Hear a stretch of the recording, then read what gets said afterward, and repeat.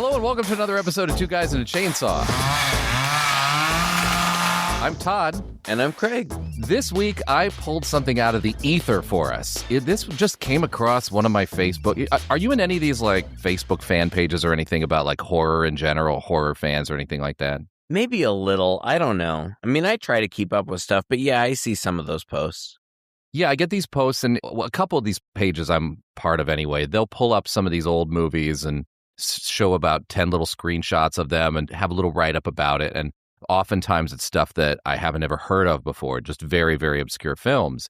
And a few days before we were trying to decide what to do, this came across my feed. It is 1987's Prison, and a few things about it stood out, not the least of which that it was directed by Renny Harlin. And it was directed by Renny Harlin just like a year or so before he did Nightmare on Elm Street 4. And so that perked my interest. And then I saw that one of the guys who's credited as a writer on here, even though it looks like he had the story more than actually did the actual writing, is Irwin Yablans, who was a producer for John Carpenter. He produced the Halloween movies, basically. Tourist Trap and some of these movies that we've done. And so that piqued my interest. And then I went through the cast list after looking it up on IMDb, and I was like, oh my God, how have I never heard of this movie before? So, I said, Craig, we got to do this week. And you were like, cool, let's do it. Yeah, I had never heard of it either. And right? I don't know if I'm really surprised by that because, I mean, ultimately, like, it's nothing to be super excited about. It's fine. Sure. But there are tons of people who would go on to be big stars, and then also just a lot of people that you've seen in everything. So many. So many. It was nuts. Again, Viggo Mortensen, one of his first roles, and he's looking freaking hot in this movie. I mean, come on. To be Look, I've never been like an exercise guy. I've never been like a fitness guy, but even just to be like in your 20s again and just like your body's the best that it's ever going to be. And that's what he looks like in this movie. And it's amazing. Right? And he looks like he is an exercise guy. He does. He's just as chiseled as he's ever been. That jawline and the hair that is always perfect. The eyes, everything.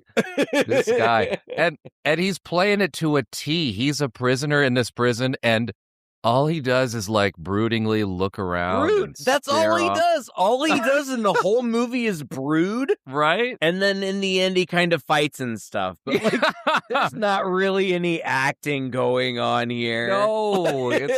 And that's fine. Yeah. He doesn't need to do any more. BTW, he is in his underwear or naked for like 85% of the movie. Yeah, pretty much. And that's It's okay. something else. Yeah, I mean, who would complain about that? This guy's a specimen of a man, this guy. Yeah, And this is how many years before? I don't know if anybody was really paying that much attention to him before Lord of the Rings, right? Lord of the Rings was kind of his biggest. He was doing shit before that. He was. Was he in TV? Was he in soap operas and things? I don't know. I think so. I don't remember. What I do remember is that he barely got that part. Somebody else got cast in it and did, they met in New Zealand months before they even started filming to like do stuff. I don't know. And somebody else was cast in the role. And then just days before they started shooting, whoever they cast in that role wasn't working. And they called him in, and he came in and did it without any of that. And if I remember correctly, this was a thing that he was even kind of back and forth about, and one of his kids or somebody had said, oh my God, Lord of the Rings, Dad, you've got to be in this show, because he didn't really know that much about it. I may be conflating this with another story, but I could swear that it was one of his kids who kind of pushed him over the edge to kind of go ahead and accept it, and little would he know. But I'm looking back. He was in Carlito's Way, which I know in '93 got lots of Academy Awards. I don't know what role he had in that. And then he was in Crimson Tide as well. That was a big one. So he was in a few things. He was in G.I. Jane and the remake of Psycho in '98. So yeah, I guess he did He did a handful of pretty big movies before that, but I mean, I mean, after that, He's very, very handsome, and he's a good actor. So yeah, good for him. I'm glad. It's funny to see him in this. It's funny to see him in this because he really doesn't have a whole lot to do. No, surprisingly. He's kind of the hero of the movie, but really all he has to do in this movie is be very handsome. Like, yeah. That's kind of it. The movie ultimately ends up being so convoluted that I can't even handle it. Yeah. It's like there is no hero in this movie. You're right. He's like the closest thing we've got, but the movie doesn't really focus around, it doesn't have a clear-cut I mean, I guess he's the closest thing. The protagonist is kind of the antagonist, although the antagonist is kind of a ghost, I suppose. But what would you say? I would say that Burke, Viggo Mortensen, is kind of the protagonist by accident because, and I guess you could say that of any kind of haunted house movie, which I suppose this is. Right. It's a haunted prison. And it's all very silly. It starts in the past, does it? Yeah, and this is one of my criticisms of the movie is that it does set us up, but it doesn't do a very good job. Because normally a movie like this, where there's some ghost or something that's going to be coming back and haunting people, you get a setup, right? Like a flashback to the past, so that you have at least some idea. You might not have all the pieces. You might not know their name. You might not know all the motivations, but you get something kind of like a clear wrong that has been committed or something like that this ghost is going to come back and take vengeance on. And again, you might not know exactly what it is, but right, that's sort of the responsibility, I think, of the setup is to make a clear incident. And our setup is just a guy getting executed. Right. And everybody is creeped out by it. It doesn't explain anything more than that. And so the whole movie, when it becomes clear that whoever this guy was who got executed, which, by the way, we never see his face, right? Yes, we do. Yes. It's POV for most of it, right? In the beginning? Right. I mean, when you say never, eventually we do. Yeah, well, like... This is supposed to be the big mystery. It's not even a mystery. It's just silly. And I don't even feel bad for just blowing it right out of the gate. This guy that gets electrocuted in the very beginning, who you don't see because his face is covered with like a handkerchief or something, looks just like Viggo Mortensen. Stuff, you don't remember that? No. Okay. I feel like you missed a big part of the plot. I must have. Later on, when Catherine, there's a lady named Catherine. I don't know. She audits prisons or something. I don't know. Yeah, she's just around. Yeah, she's there doing office work. She audits prisons or something. I don't know. She's around. She's I think, the only woman in the movie. But later on, she does research and she goes to the library and she looks at newspapers and she sees the guy that was executed and it looks just like Viggo Mortensen. Oh, by coincidence. Right? Is it? I don't know. Like, the movie doesn't explain it. That's what frustrates me because... Gosh, I feel like I'm blowing everything. I don't know how to talk about this movie. No, I think we need to get out what we know about it, because I think what we're mostly going to be talking about is what happens, but there's no mystery unraveling as the movie unfolds. It's just a bunch of ghostly things. It's all just prison and deadlights and... Yeah. Well, my understanding is that, say, like in the beginning, when we have this very dramatic, by the way, very well shot sequence. The whole movie is very well shot. Yeah. I will give it that. And I like Renny Harlin. I really do. Renny Harlin makes entertaining movies. They may not be amazing, but they're always entertaining. Yeah, Cliffhanger. Big fan of Renny Harlin. Nightmare on Elm Street 4, shortly after this.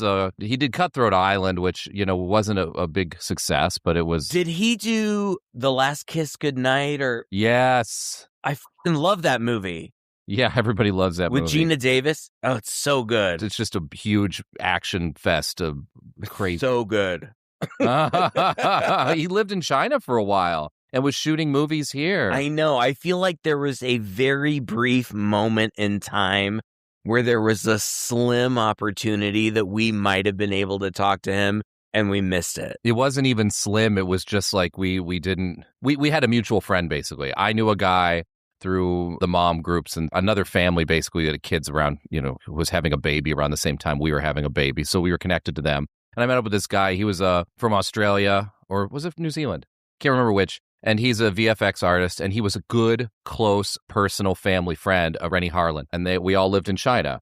And he was like, yeah, he's great, man. We hang out all the time, and he always calls me in to do VFX on his movies here. And my kids play with his kids and stuff. And I said, it would be awesome to have him on the show to do Nightmare on Elm Street 4. And he's like, yeah, I'll ask him. And then he asked him, and he's like, yeah, he'd love to do it. We'll just have to set it up.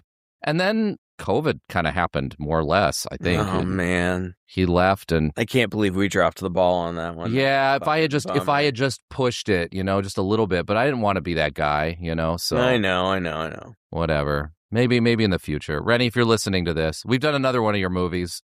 We've said this before. Give us another chance, please.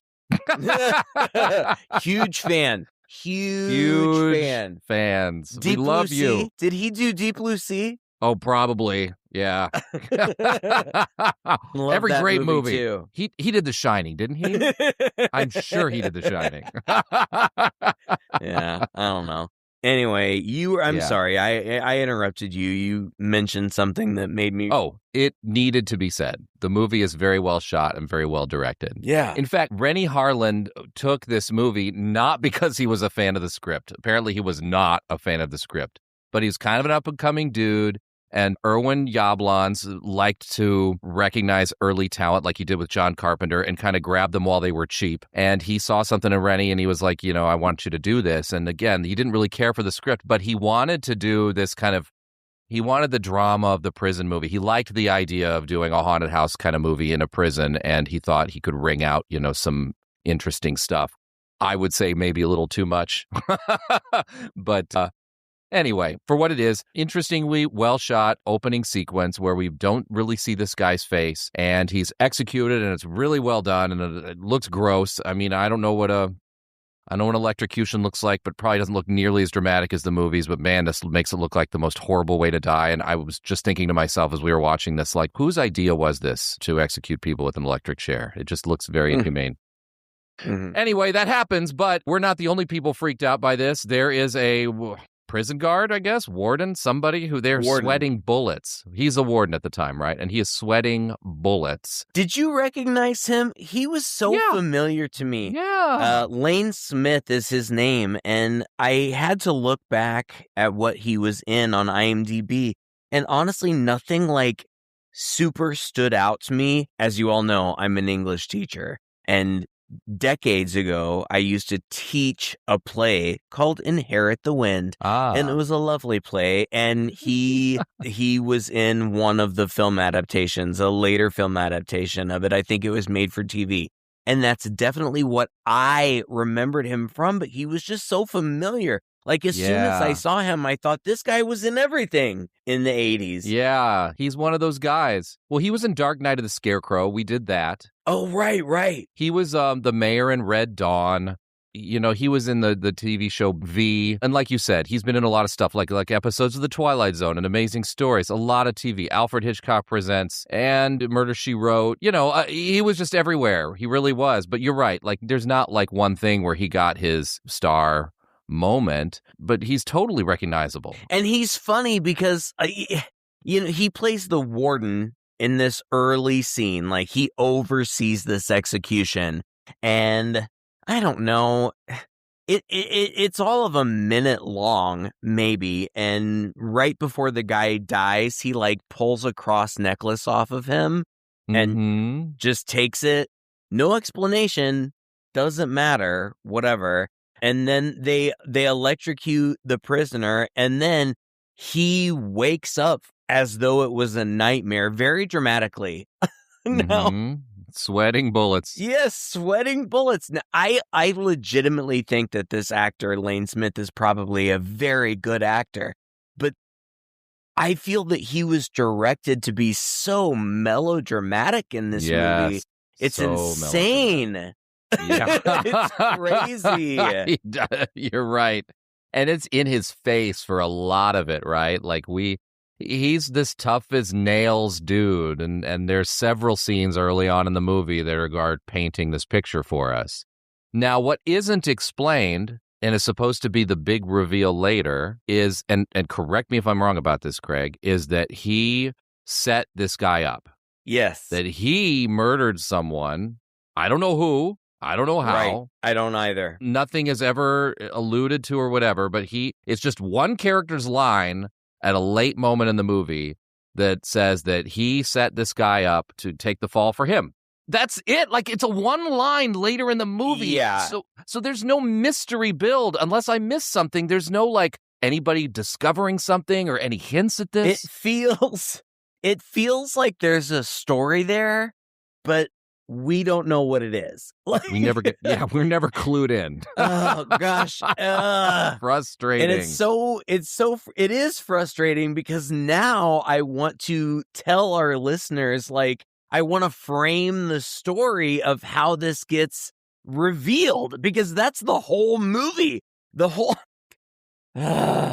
yes, the reveal is, we'll go back and we'll set it up, but the reveal is that the warden, I don't know if he was the warden at that time, but he killed somebody and he framed another prisoner who looked just like Viggo Mortensen. And also enlisted another prisoner to help him frame him and set him up. And it was successful. And then that guy that was framed was the guy that was electrocuted. Yeah. In this weird, tiny electrocution chamber. and oh God.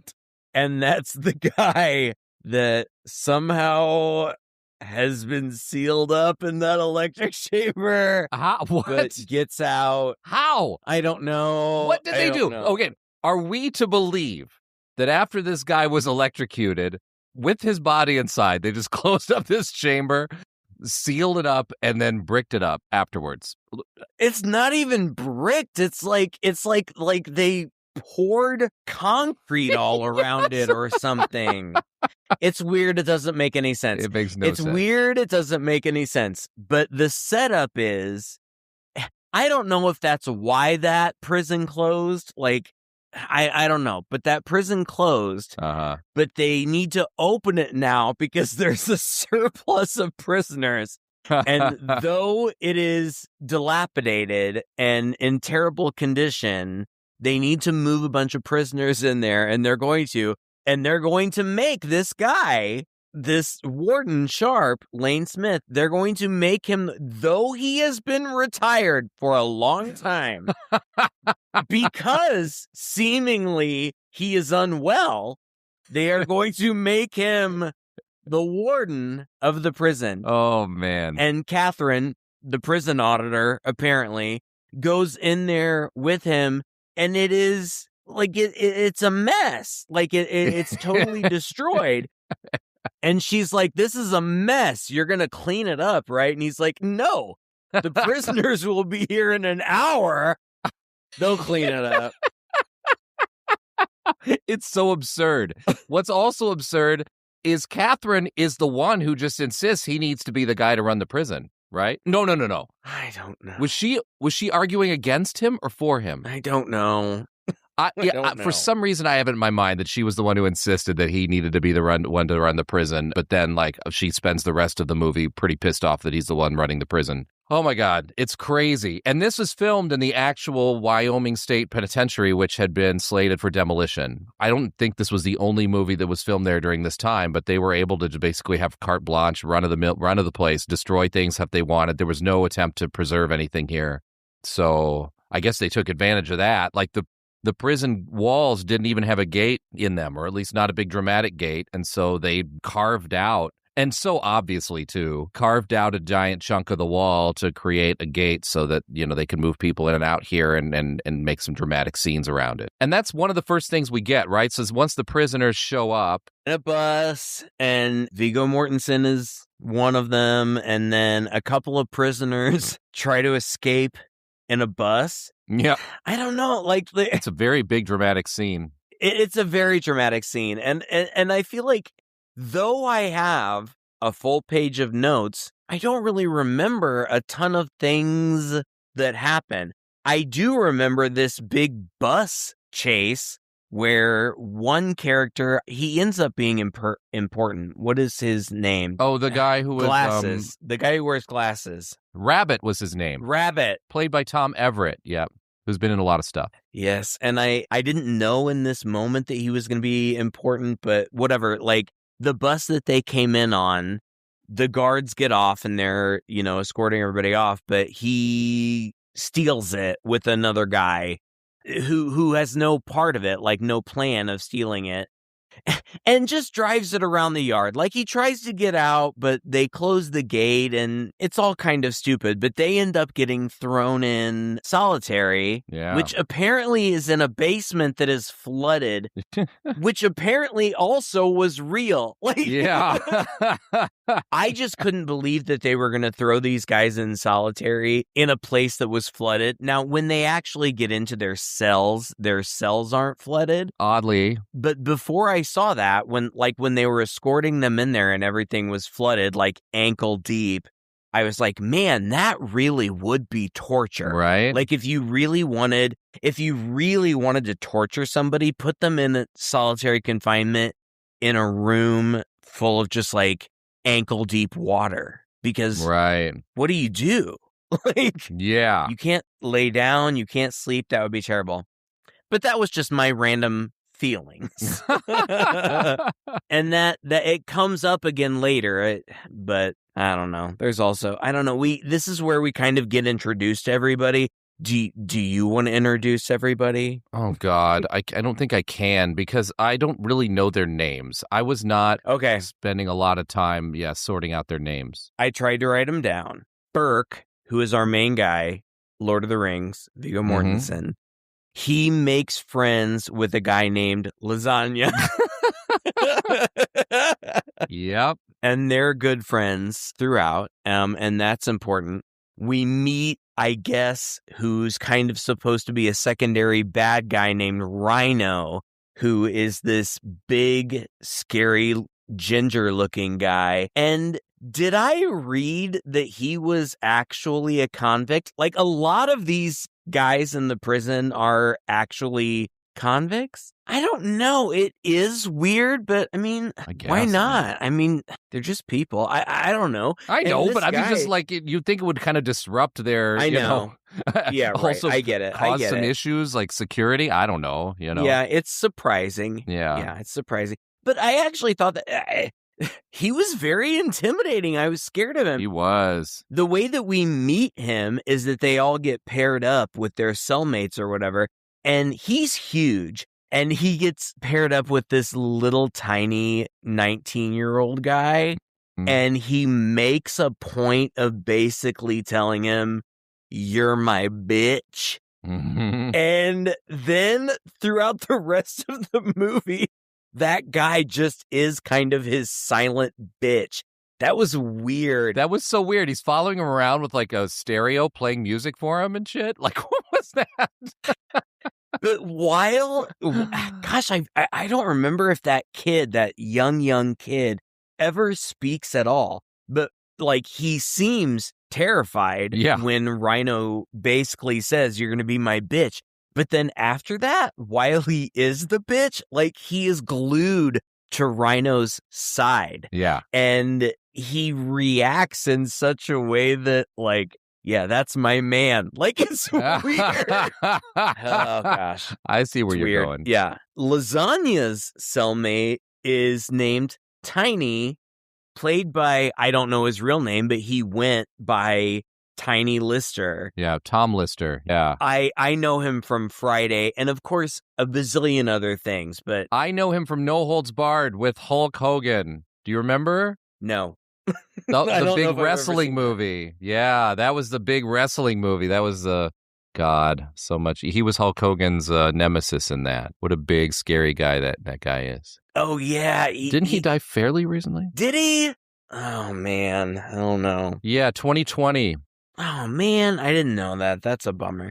He's a huge, muscular black guy, bald, but the thing that I always associate with him is that he's got like wonky eyes. Yeah, he does. Which for some people, I think might have hindered their career. But I think for him, it only added to his threatening nature. And I don't know anything about him in real life. I'm sure he was a lovely, lovely person.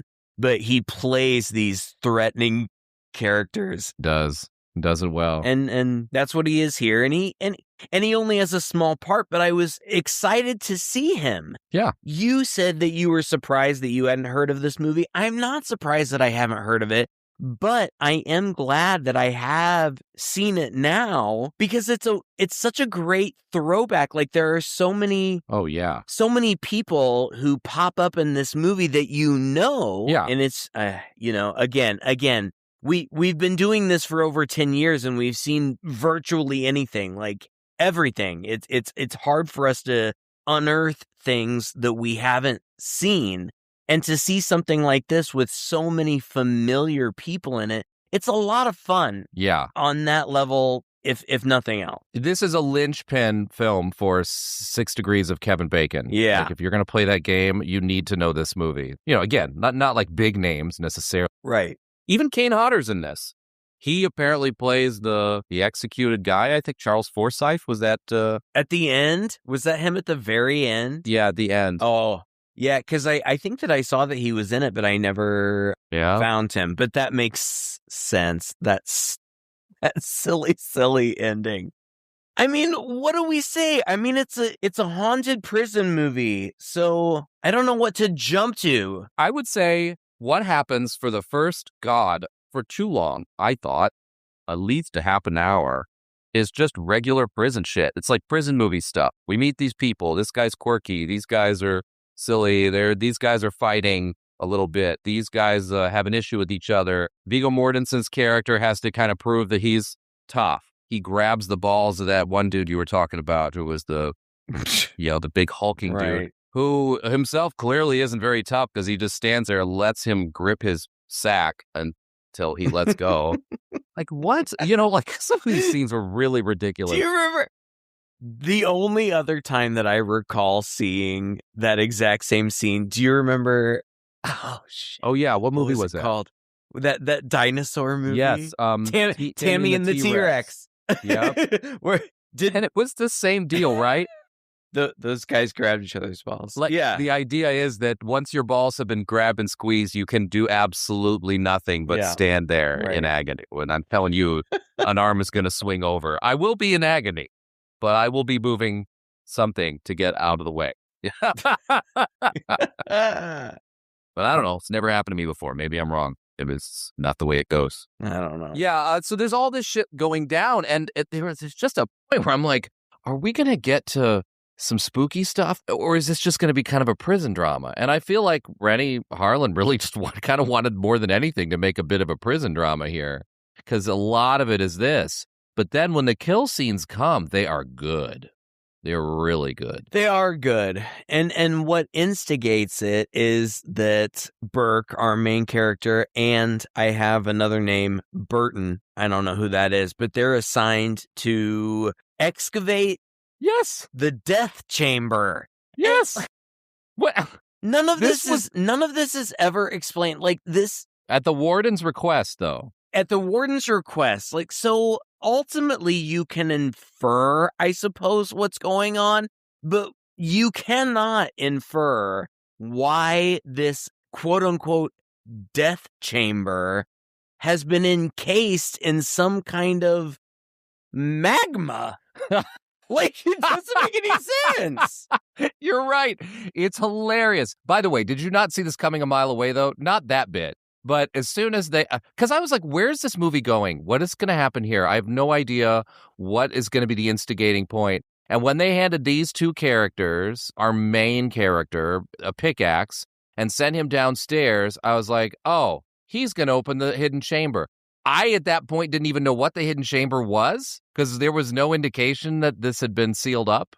But as soon as they start pecking away at a wall, I'm like, oh, okay, this released the ghosts. And you're right. The wall they're pecking at is not, it's a doorway. It's a doorway to a hallway of pipes and things that leads to that death chamber. Like, nobody designs this shit like this. You imagine this prison has this execution chamber that is in a basement that you access through a hallway that is narrow enough for one person to walk through, but they've got to like walk between pipes and things on this grate to get to it. And at the end of it is this, apparently it was actually the gas chamber of this penitentiary that they retrofitted. This little, tiny little tube that fits a person in a chair and nothing else, with 4 windows around it for people to peer in on. It's just, that in itself is absurd. And then the idea that for some reason they had to seal it up. They didn't just brick over this wall. They didn't just like nail boards over it or just like weld the door shut. I don't know. They're chopping through a lot of shit to get to it. It's like a mine. And at one point, like, so the warden takes them down there and he's like, here you go, boys. It's going to take you a while. And when they first started picking at it, I thought that, oh, it does kind of look like it's going to take them a while. Yeah. But it doesn't. No. It takes them all of 5 seconds to chop a little hole in it. And I say a little hole, a fist-sized hole in it. Viggo Mortensen does. And this blinding blue light comes out of it. We watch these movies and I don't care. Like, I don't really need a big explanation, really. Yeah. But what the I know. What is happening? And I don't understand what is happening. Yeah. And it comes out and not only is it super bright, he puts his face down to try to look into it and he immediately pulls away as though it's blinding him. I thought he was going to get possessed. That's what I thought was happening. I thought so too. That's what, and I think maybe we've seen that movie before. Right. You open the sealed up thing and you let the thing out and then it possesses you. And since he was it seemed like they were setting him up to be the main character. I was like, oh, he's going to get possessed. Mm-hmm. No. But that light, I don't even know what is happening from now on. Okay, because he looks into it and he's like, and moves away, but that's it. But later, it fries people and burns enormous holes through people's bodies. Yeah. It's a powerful light that just comes from anywhere there's a hole in the wall, basically. and it tries to suck him in. This is like a whole vortex, right? Yeah, I forgot about that. Oh my God. They're pulling on his legs and they're trying to pull him back in. And then suddenly it just kind of ends. And they just sit there and they're like, well, that was weird. No! What? Why are you still down there? They stare into the hole and they kind of stand up. They keep doing that for the rest of the movie. That was weird. Something is clearly happening. And then they just go upstairs, right? Yes. Because what happens next? And again, I'm thinking, well, all right, if he's not possessed, this has unleashed it. Yeah. Right? Because the electricity goes past them and it goes up but that's the staircase. I know, but that's the other thing. It's not just sometimes it's a bright blue light, but it can also be electricity. Yeah. That can go through anything at any time whenever it feels like it. And it does sometimes and it doesn't sometimes. Right. Yeah. What is happening? I don't understand. It gets out and then that's it. I don't think maybe it's immediately. It's fairly immediately after that when those 2 guys in solitary, the light comes out of the little hole that they slide the food in. Yeah. This was a cool sequence. I loved all of the kill sequences in this movie. I also thought they were very creative and for the most part, pretty unique. This was cool for no reason except it just needed to happen. The blinding blue light comes in and blinds him for a while. And then the door lights up to be bright orange, like it's super, super hot. And he goes to touch it and he blisters his hands and it's starting to get hot in the room. And the walls themselves are so hot that the metal's starting to warp and jiggle a little bit. And that's freaking out the guy in the cell next to him. And everybody runs downstairs and they're screaming and nobody will do anything. Nobody wants to go in and do anything. But Viggo Mortensen's character, for no discernible reason, except he's supposed to be the hero, decides he's going to go do something. And he runs in and grabs a key from somebody and manages to unlock one of the doors and it falls open and the one dude's fried and he manages to get to the other door and get the other dude out. But he's kind of incapacitated, I think, for the rest of the movie, right? No. Or does he become the... One guy gets cooked in there. Yeah. It's like both of those cells, one after the other, one becomes like an oven that totally cooks that one guy in there. And he didn't do anything. Like, No.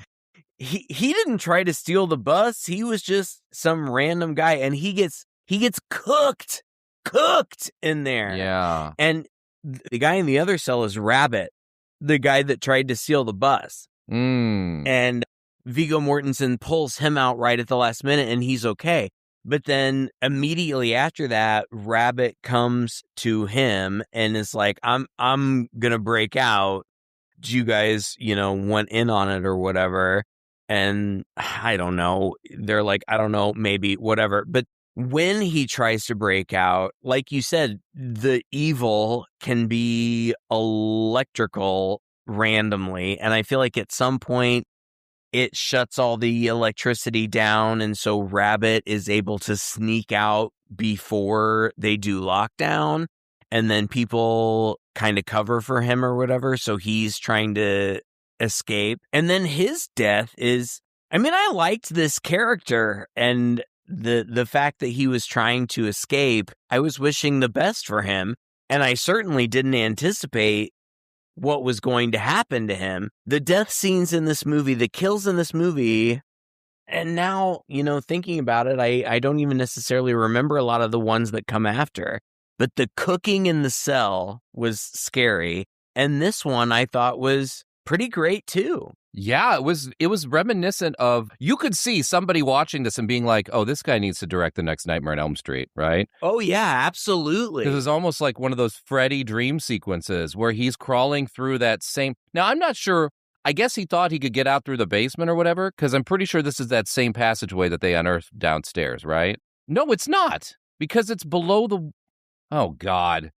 He's crawling through some random passageway. I swear it looked just like that passageway where, because the same deal, like the lights come up from below him, right? As he's walking through here, it's like a grated floor. The deadlights. I want to talk about that because I've already said it once.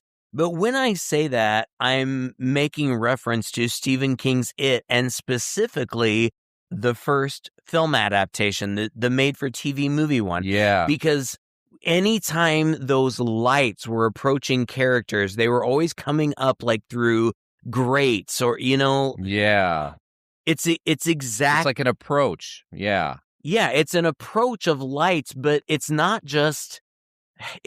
the light of a train coming right at you. It's always through something. Yeah. So it's always, broken by grates and getting closer and closer.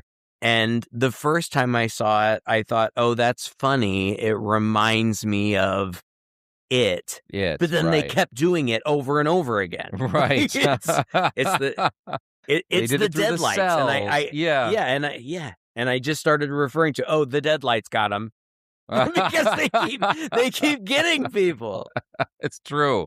And the way they get him here is as he's crawling through, there's more and more pipes, and they seem to be moving behind him and coming down from the ceiling to block his way and coming in from the sides to block his way until he's completely trapped in this web of pipes. And then one comes straight into his forehead. And it's like slowly burrowing in, through his skull. And God, that was good. It looks really good. The effects in this movie are very good. Yeah. But, again, I just wasn't clear on the geometry of everything and how everything worked because he ends up falling through the ceiling. Like the next morning, they're all at breakfast and they're like, I wonder if he got out. and blood is dripping onto their food and they don't even notice. And then his whole mutilated body just falls onto the table. Yeah, which was awesome and gross. It was awesome and gross, but honestly, at this point in the movie, I was asking myself, what is happening? Like, yeah. What is the point? Like, right. What is the monster doing? What is this ghost's purpose? Right? Is it just randomly killing people? Because it kind of seems like it is. It kills a guard later who is threatening some people out in the yard and is told by the warden to go take a break. Well, because the warden is insane. First of all, he really is. He is clearly clinically insane. And he's also paranoid. Like, he's not wrong, but he thinks something fucked up is going on in the prison. It is. Yep.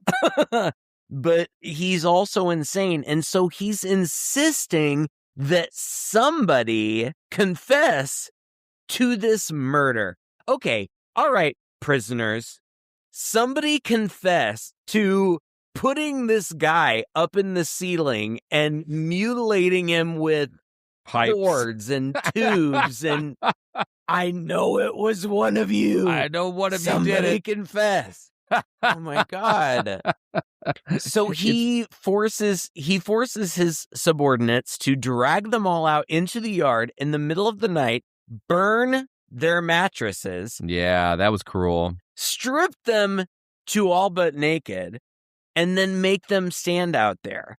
And they do. Yeah. And it's only in the morning that Burke's, that's his name, right? Yeah, Burke's roommate, who is this older black guy, who we've seen and we've talked to or whatever, but he collapses and Burke tries to protect him and the guard harasses him, but ultimately a captain steps in or something and tells the guard, it's been a long night, go on break. And then this guard goes on break and he's killed in a ridiculous fashion too. Yeah. Oh my God. It's ridiculous. And another guy sees it happen. Yeah. He walks in on it. Yeah. Another guard walks in on it, but it's cool. It's very cool. He goes to a shed, sits down in a chair, and it starts flipping through a girly magazine and doesn't notice that all this barbed wire is coming around. And I'm thinking, okay, yeah, we've seen this before, but it's fun. It's moving across the floor. It's going to coil around his legs. It's going to coil around his arms. It's going to do something like that, right? What I loved about it, I mean, aside from the fact that the barbed wire was just snaking around like a literal snake, like that was fun. But it was a long sequence where this barbed wire was setting up a Rube Goldberg trap. Yes. Like it was so Final Destination or Saw. I loved it. It was so good. Oh, this barbed wire had sentience, It was like, it was so cool because it grabs, and I've got to give him credit for even filming the sequence with the gun because it was very elaborate. The way this barbed wire coiled itself around this rifle, set it up into position, pulled the trigger to shoot at this guy. It was super good. And it doesn't hit him. It hits a hole in the wall behind him so that the deadlights can come through and I guess finish the job. I don't know. The stuff's already coiling. I mean, we didn't need the deadlights, right? We know the supernatural shit's going on. But anyway, it comes through and then it coils around him, his wrists, his arms, his legs, all around his neck. Yeah, I have in my notes that it hellraisers him to the chair. Yes, it does. And then I guess this shed thing that he's in is actually just below the warden's office because it shoots the chair up through the floor into the warden's office, who is terrified at what he sees in front of him and walks towards it and sees that in this guy's hand is this the necklace. It's like a crucifix. Yeah, the necklace. It's the necklace that he took off the guy that they executed in the very beginning, right? So it's and just like these movies are, right? Some shit like that goes down. There's no coming back from that. You don't just start going on with your day after this happens. But they do. But they do. It's just more prison shit. The warden's just like locked down. Yeah. Like, who did this? And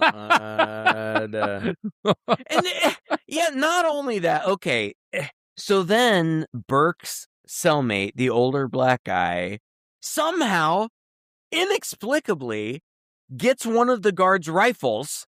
Yeah. How did that happens off scene?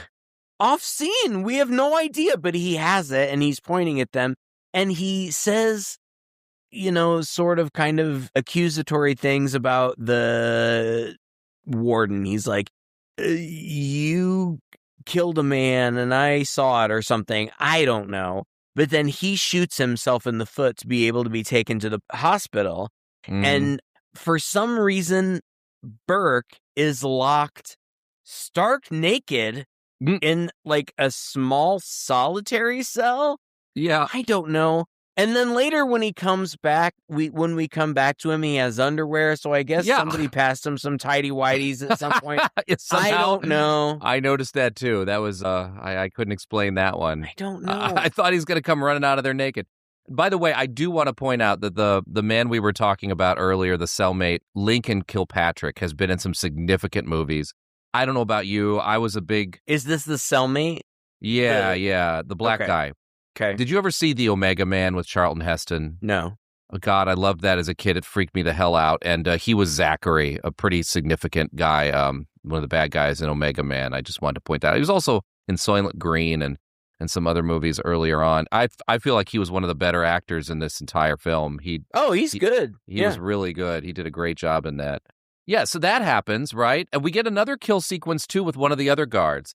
By the way, who was this guy? Was his name Hershey? Who's kind of like a voodoo dude? Who I don't know. Setting up like I feel like we don't really see him at all. And then suddenly halfway through the movie, we start seeing scenes of this guy suddenly setting up a little voodoo shrine and doing little rituals in his cell. That's only after there's this weird like sequence of exposition where Catherine, the auditor, does some like research because she's supernaturally prompted to do so. Like, oh yeah, there's all this like weird electricity going off and on, and like her computer is flashing 1964 and like it's printing out 1964. So she goes to the library and then I don't know. She finds stuff about 1964 and she sees a picture of the guy that was executed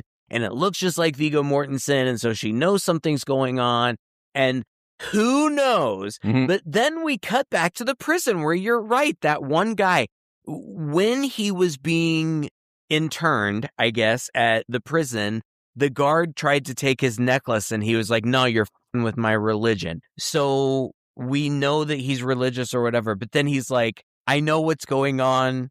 There's some kind of demon and we have to summon something to stop it. Yeah.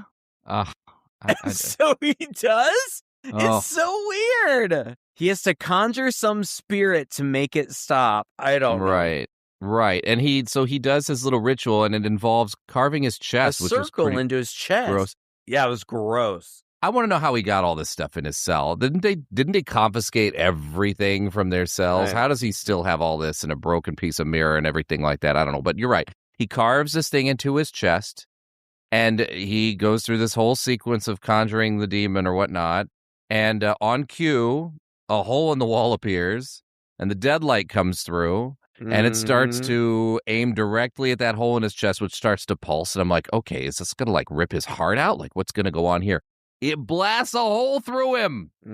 Oh, it was so good. It was so. And what is this? Who knows? Is what he's doing even doing anything? Right? I mean, this light has been around the whole time. Like, does it just get pissed off that he's? Who knows? It's so stupid.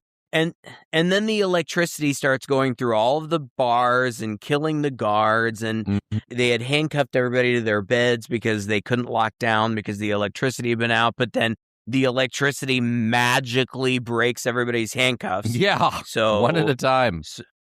Yeah. And then Burke gets himself out of prison and Catherine shows up, or like she gets a message on her printer. Yeah. It says the prison dies tonight. What a stupid message. Oh, my God. Oh. And why is this prison spirit emailing her? Like, who cares? She doesn't have anything to do with this. And why is she compelled to go back and deal with it? I didn't get that either. And all the prisoners are trying to get out, and there's a nervous guard who's trying to keep order, and Tiny Lester is really trying to keep everybody calm and being like, bro, like, this shit is haunted. We all have to get him out of here. Like, we're not against you. And that guy shoots him right in the abdomen with, I don't know, what looks like a shotgun. Yeah. And then Tiny Lister acts like he slapped him or something. Yeah, he acts like it gave him energy. He gets up and... Oh, man. And lifts him. And I'm sure it's just because the actor could do this, and kudos. I mean, if you've got an actor that can do things, great. But, like, he just grabs the guard, lifts him up above his head, and then drops him to the ground, which apparently kills him. Yeah. Oh, God, I don't know. Then he collapses for a kind of a little melodramatic death scene, which I thought was funny in the midst of He doesn't really die. Lasagna's like, you'll be okay. I'll come back for you. Okay. He just got shot in the chest by a shotgun. I don't think this is going to work. And then the older black guy tells the warden, Charlie's here. He's come back to take us both for what we done to him. You knew as soon as you saw that guy, same as I did. What? You know? What? Like, yes, they were both complicit in framing some guy who happens to look like Viggo Mortensen, but they never make that connection. Like, yeah, Viggo Mortensen, as far as we know, has nothing to do with that other guy. He's just a dude. He just looks like him. Yeah. What's the point of that? I don't get it at all. I don't get it at all either. But then Catherine shows up and she helps Viggo Mortensen and his cellmate, the older black guy, break out, and they have the warden captive. And there's a great scene that is so fucking stupid where Viggo Mortensen has to climb a woven rope of barbed wire. Oh my God. Over a wall. I think the idea was a whole bunch of the barbed wire that's usually along the top of the wall, because, you know, usually there's like 6 or 7 lines of it, got torn up and was just all hanging down there in one big bunch. And yeah, and he climbs over the wall. And it's so funny, too, because he does this and gets to the other side just as the woman comes and just bursts through the gate with her car. I was just like, no, he that's the whole reason that he's climbing up there, is so that he can get to the tower to open the gate. And he does. I didn't catch that. He cranks it open. There's still like a wooden barrier or something, but he opens the big gate. And she drives through. That's his whole purpose. They're trying to escape, and he does it. But and like, fine. That scene is badass, and it's supposed to be establishing him as a badass. And again, the effects are fantastic. Like, you see like flaps of his skin, like his hand, like flayed off. But I'm sorry, that is impossible. Like, yeah, of course. And not only that, but he gets shot because the electricity is also controlling the gun towers and shooting at them. Yeah. And he gets shot in the leg, and he just keeps climbing, and then he jumps over, and then he runs to the car, and then his hands are fine for the rest of the movie. Whatever, he's fine. He typically is, yeah. I don't know. They, you know, the warden, the older guy is pointing a gun at the warden in the car, but he realizes that the older guy is actually dead. And so he just takes the gun and he tries to shoot Burke, but he misses. And so the warden gets in the car and tries to drive away. Mm-hmm. But a dead guy in an electric chair bursts out from under the ground in front of the car in extraordinary fashion. Yeah. Like, this is huge. It's massive. Huge. Massive, yes. And blows the entire car up. This makes no fucking sense. Now, to be fair, I love it. Yeah. It looks fantastic, but it is ridiculous. Ridiculous. We've never seen this spirit before. It is not Viggo Mortensen. It is some like weird old decrepit guy. And it's wasn't it also in that chamber thing? Didn't that chamber thing burst out of the ground, blast open, and then there was him in that chair in there? Yeah, I mean, I thought, what are we to believe that there was a body buried here in a strapped to a chair? I don't know. Or did the ghost somehow materialize in that thing that they unearthed? But it was awesome. It was badass. It looks great. It looked fantastic. I'm telling you, all of the effects, all of the death scenes in this movie are fantastic. Yeah, I mean... But none of it makes any sense at all. You sent me a link to this, I think, for YouTube. I think that I looked to see if it was available anywhere streaming because I didn't want to have to deal with ads. And I don't think it is, unless you want to, be a pirate. Sure. I think the only place that you can find this right now is on YouTube, but you can find it in its entirety. And I would say that for the free price of admission, it's worth seeing. It is. It's not a good movie, but there's some pretty fucking awesome stuff that happens in it. Yeah. And just to see, all these people that you're going to be surprised to see, kind of. And Viggo Mortensen is 85% naked in 85% of the movie. And he looks really good. We cannot wrap this up without mentioning that the girl, what was her name again? Catherine the Auditor? Catherine the Auditor. The woman playing her is Chelsea Field. And I was like, oh, she looks so familiar to me. She was Tila in the Masters of the Universe, the 1987 Masters of the Universe movie, which we watched religiously when I was a kid. Oh, and then a couple years after that, she was in Death Spa. Oh. One of my all-time favorite movies we've ever done. I love that movie. So good, that movie. And then we'll probably end up doing The Dark Half at some point, and she was Annie Pangborn in that one. So, yeah. Yeah, she was in a couple episodes of Tales from the Crypt and stuff. I just recognized her, so I kind of wanted to call her out. And noting that there is also a brand new Masters of the Universe movie, long overdue, coming out this year that I cannot wait to see. That there are trailers for out right now. It looks fun. Have you seen the trailer? I have. It looks like so much fun. It looks like the movie we wanted in the 80s that we didn't get. Yeah, it looks fun. I'm super excited about it, so... This movie, yeah. What a ride this movie was. It's wild. Yeah. Weird and wild. Yeah. Weird, wild, and fun. Check it out on YouTube. There's a really high-quality version of it with a very low audio up on YouTube that you gotta see while it's there anyway. Well, guys, thank you so much for tuning in to another episode. If you enjoyed it, please share it with a friend. You can find us online, as I always say, chainsawhorror.com. Go to our Patreon, patreon.com/chainsawpodcast. Drop us a few bucks, and you get our complete unedited episodes every week that we record them, as well as our book club out there, and some mini-sodes and lots of other fun stuff that we've amassed there over the years. Yeah, go ahead and check that out, and thank you so much for your support this year. As always, I'm Todd. And I'm Craig. With two guys and a chainsaw.